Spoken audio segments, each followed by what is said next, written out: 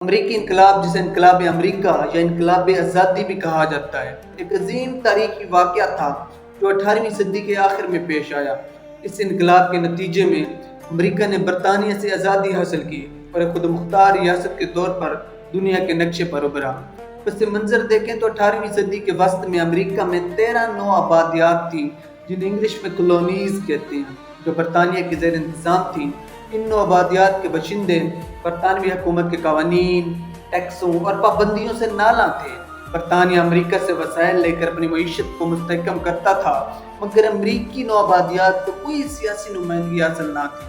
اس کے بعد ٹیکسوں کا نفاذ دیکھیں تو اسٹیمپ ایکٹ ٹیکس، ہر سرکاری دستاویز، اخبار اور دیگر پرنٹ شدہ مواد پر ٹیکس لگایا گیا۔ اس کے بعد ٹاؤن شینڈ ٹیکس، شیشہ، چائے، کاغذ اور دیگر اشیاء پر ٹیکس لگایا گیا۔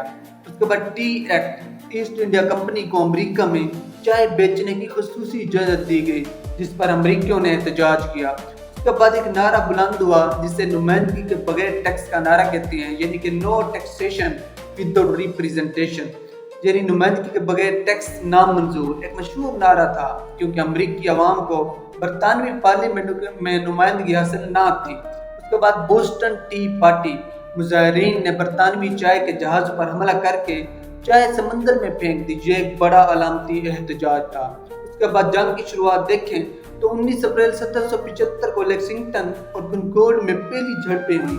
یہ امریکی انقلاب کی شروعات تھی۔ اہم واقعات میں 4 جولائی 1776 کو تھامسن جیفرسن کی قیادت میں اعلان آزادی جاری کیا گیا۔ اس میں امریکہ کو آزاد ریاست قرار دیا گیا۔ اس کے بعد اہم جنگیں دیکھیں تو جنگ ساراٹوگا، امریکہ کی ایک بڑی فتح، جس کے بعد فرانس نے امریکہ کی حمایت کا اعلان کر دیا۔ اس کے بعد جنگ یارک ٹاؤن، یہ آخری بڑی جنگ تھی جس میں جنرل جارج واشنگٹن نے برطانوی جنرل کارنوالیس کو شکست دی۔ اس کے بعد کچھ اور جنگیں دیکھیں تو جنگ بنکر ہل 1775 کو بوسٹن میں ہوئی۔ اگرچہ برطانوی فوج نے فتح حاصل کی، مگر اس کو بہت بڑا جانی نقصان ہوا۔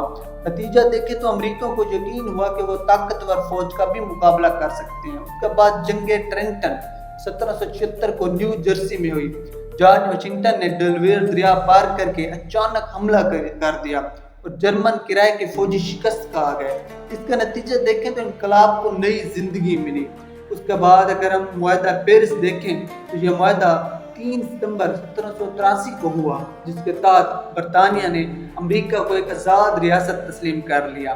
انقلاب کے اثرات دیکھیں تو جمہوری اقدار کا فروغ اور امریکی آئین کا منظم ہونا اور اس کا امپلیمنٹ ہونا اور دنیا بھر کی نو آبادیات میں بیداری۔ تو آج کے لیے اتنا ہی، ملتے ہیں نیکسٹ ویڈیو میں۔ خدا حافظ۔